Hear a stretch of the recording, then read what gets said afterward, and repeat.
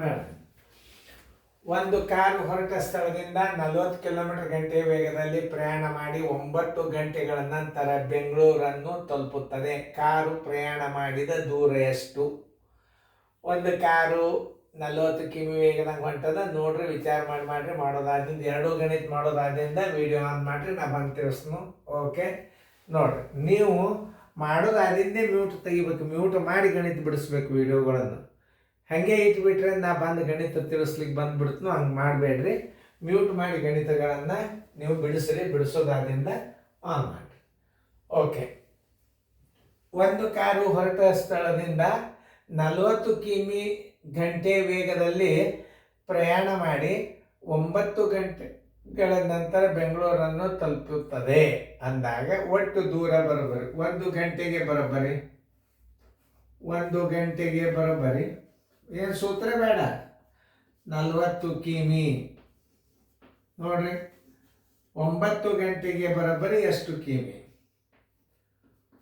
9 ಗಂಟೆ 9 ಗುಂಡ್ಲೆ 40 ಸರಾಸರಿ 1 ಬರೋಬ್ಬರಿ 360 ಕಿಮಿ. ಬೆಂಗಳೂರು ಪ್ರಯಾಣ ಮಾಡಿದ ದೂರ ಎಷ್ಟು? ಪ್ರಯಾಣದ ದೂರ ಬರೋಬ್ಬರಿ ಪ್ರಯಾಣದ ದೂರ ಬರೋಬ್ಬರಿ 360 ಕಿಮಿ.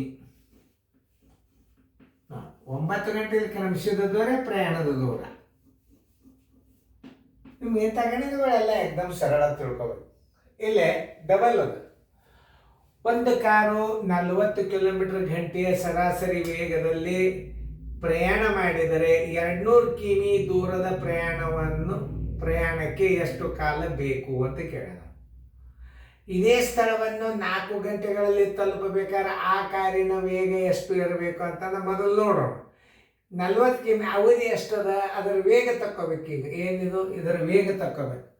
40 ಕಿಮಿ ಬರೋಬ್ಬರಿ ಒಂದು ಕಾರ್ 40 ಕಿಮಿ ಗಂಟೆ ಸರಾಸರಿ ವೇಗದಲ್ಲಿ ಪ್ರಯಾಣ ಮಾಡಿದರೆ 200 ಕಿಮಿ ದೂರವನ್ನು ಕ್ರಮಿಸುತ್ತದೆ. ಆಮೇಲೆ ಅದು ನೋಡ್ರಿ, 40 ಕಿಮಿ ಬರೋಬ್ಬರಿ 40 ಕಿಮಿ ಬರೋಬ್ಬರಿ. ಈಗ ಇನ್ನೊಂದೇನು, ನಮಗೆ ಇದ್ರದ್ದೇನು ಅವಶ್ಯಕತೆನೇ ಇಲ್ಲ. ಈಗ ಅದೇ ದೂರವನ್ನು ಅಂದಾನೆ ಈಗ ಪ್ರಶ್ನೆನು ನೀವು ಒಂದು ವಿಚಾರ ಮಾಡ್ರಿ. ಅದನ್ನೇನು ನೀವು ನಮ್ಮ ಡಬಲ್ ಸಲ ಮಾಡ್ಬೇಕನ್ನೋ ಅವಶ್ಯಕತೆನೂ ಏನಿಲ್ಲ. ಮತ್ತೆ ಮೊದಲಿನ ಪ್ರಶ್ನೆನೂ ಒಂದೇನು ಕೇಳ್ಯಾನ, 40 ಕಿಮಿ ಗಂಟೆ ಸರಾಸರಿ ವೇಗದಲ್ಲಿ ಪ್ರಯಾಣ ಮಾಡಿದರೆ 200 ಕಿಲೋಮೀಟರ್ ದೂರವನ್ನು ಪ್ರಯಾಣಕ್ಕೆ ಎಷ್ಟು ಕಾಲ ಬೇಕಂದ್ರೆ ಮೊದಲೇದೊಂದು ಉತ್ತರ ಕಂಡು ಹಿಡೀರಿ. ಒಂದನೇ 40 ಕಿಮಿ ಬರೋಬ್ಬರಿ 1 ಗಂಟೆ, 200 ಕಿಮಿ ಬರೋಬ್ಬರಿ ಎಷ್ಟು ಗಂಟೆ? ಒಂದೇ ಪ್ರಶ್ನೆದು ಉತ್ತರ ಇದು. ಎಷ್ಟು ಗಂಟೆದಾಗ ಹೋಗ್ತದೆ? 200 ಗುಂಡ್ಲೆ 1 ಸರ್ವಾಸ್ ಬಾಗಲೆ 40 ಬರೋಬ್ಬರಿ. ಈ ಪೂಜೆ 4 ಒಂದಲೇ 4 5 5 ಗಂಟೆದಾಗ ಒಂದನೇ ಆನ್ಸರ್ ಏನು? 5 ಗಂಟೆ. ಒಂದನೇ ಆನ್ಸರ್ 5 ಗಂಟೆ. ಆಯ್ತು. ಅದೇ ದೂರವನ್ನು 4 ಗಂಟೆಗಳಲ್ಲಿ ತಲುಪಬೇಕಾದರೆ ಅದೇ ದೂರವನ್ನು 4 ಗಂಟೆ. ಇದನ್ನೇ ಏನು ಮಾಡಬೇಕು? ಈಗ ನೀವು ಸ್ವಲ್ಪ ಅರ್ಥ ಮಾಡ್ಕೊಂಡ್ಬಿಟ್ರೆ ಏನು ಭಾಳ ಬಿರಿಯಲ್ಲಿದು. 4 ಗಂಟೆಗೆ ಬರೋಬ್ಬರಿ 4 ಗಂಟೆಗೆ ಬರೋಬ್ಬರಿ ನಾಲ್ಕು ಗಂಟೆಗೆ ಬರೋಬ್ಬರಿ ಎಷ್ಟು? 200 ಕಿಮಿ ಆದರೆ 200 ಕಿಮಿ 1 ಗಂಟೆಗೆ ಎಷ್ಟು? ಅದೇ ದೂರವನ್ನು 4 ಗಂಟೆ. ಈಗ 5 ಗಂಟೆದಾಗ ಹೋಗ್ತಿದ್ದ. ಈಗಿಂದ 4 ಗಂಟೆದಾಗ ಹೋಗ್ಬೇಕಾರೆ ಇದರ ವೇಗ ಎಷ್ಟದ? ಈಗ 5 ಗಂಟೆ ಆಗಿದೆ. ಈಗ 4 ಗಂಟೆದಾಗ ಇಲ್ಲಿ ಎಷ್ಟದ? 40 ಕಿಲೋಮೀಟರ್ ವೇಗದ. ನೋಡಿರಿ, 1 ಗಂಟೆ 40 ಕಿಮಿ ಗಂಟೆಯಲ್ಲಿ ಹೋತು ಅಂದ್ರೆ 5 ಗಂಟೆ ಬಂದು. 4 ಗಂಟೆಗೆ 200 ಕಿಮಿ ಆದ್ರೆ 1 ಗಂಟೆಗೆ ಎಷ್ಟು? 1 ಗಂಟೆ ವೇಗ ಎಷ್ಟು ಅಂತ ಕೇಳ್ತಾವ ನಾವು. 200 ಸರಾಸರಿ 4 ಒಂದಲೇ 450. ಅವ ಸ್ಪೀಡ್ ಎಷ್ಟು ಹೋಗ್ಬೇಕಪ್ಪ ಅಂದ್ರೆ 4 ಗಂಟೆದಾಗ ಹೋಗ್ಬೇಕಾದ್ರೆ ವೇಗ ಬರೋಬ್ಬರಿ 50 ಕಿಮಿ ಪರ್ ಗಂಟೆಗೆ ಹೋಗಬೇಕು. 50 ಕಿಮಿ ಪರ್ ಗಂಟೆಗೆ ಹೋಗ್ಬೇಕು. ಅದು ಓದ್ತದೆ. ಆನ್ಸರ್ ಎ ಒಂದನೇದು ಎ ಒಂದನೇ ಆನ್ಸರ್ ಏನು 5 ಗಂಟೆ, 2 ಉತ್ತರವ 5 ಗಂಟೆದಾಗ ತಲುಪ್ತು.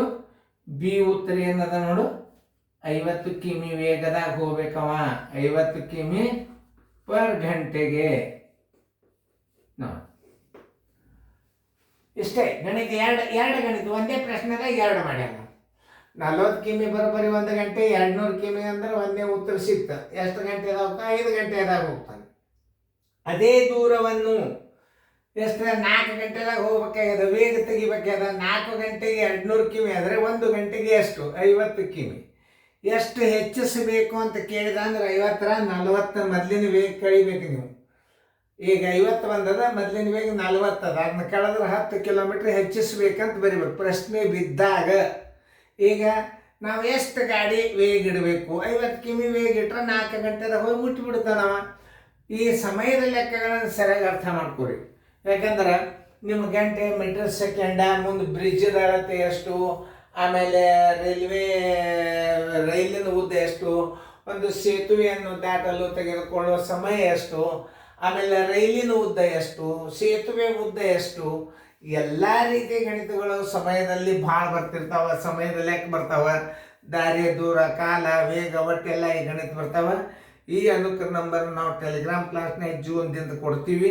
ನೀವು ಈಗಿಂದ ಗಣಿತಗಳನ್ನು ಚೆಂದಂಗೆ ಒಂದು ನೋಟ್ಬುಕ್ ಮಾಡಿಕೊಂಡು ದಿನಾಲೂ ಅಭ್ಯಾಸ ಮಾಡಬೇಕು. ನಾನು ಹೆಂಗೆ ತಿಳಿಸ್ತೀನಿ ಅನ್ನೋ ಲಕ್ಷ ಕೊಟ್ಟು ಪದೇ ಪದೇ ನೀವು ವಿಡಿಯೋಗಳನ್ನು ನೋಡೋದ್ರಿಂದ ಗಣಿತಗಳು ಭಾಳ ಸರಳ ತಿಳಿತಾವೆ. ನೀವು ಗಣಿತಗಳನ್ನು ಲಕ್ಷ ಕೊಟ್ಟು ನೋಡ್ಬೇಕು. ಇದು 1ನೇದು, ಇದು 2ನೇದು. 2 ಪ್ರಶ್ನೆಗಳನ್ನು ಇದ್ರಾಗ ನಾನು ಇಲ್ಲೇ ತೆಗೆದುಬಿಟ್ಟು ನೋಡಿ. ಓಕೆ, ಚೆನ್ನಾಗಿ ಬಿಡಿಸ್ಕೊಂಡು ಮಾಡಿ ಮುಂದಿನ ಗಣಿತ.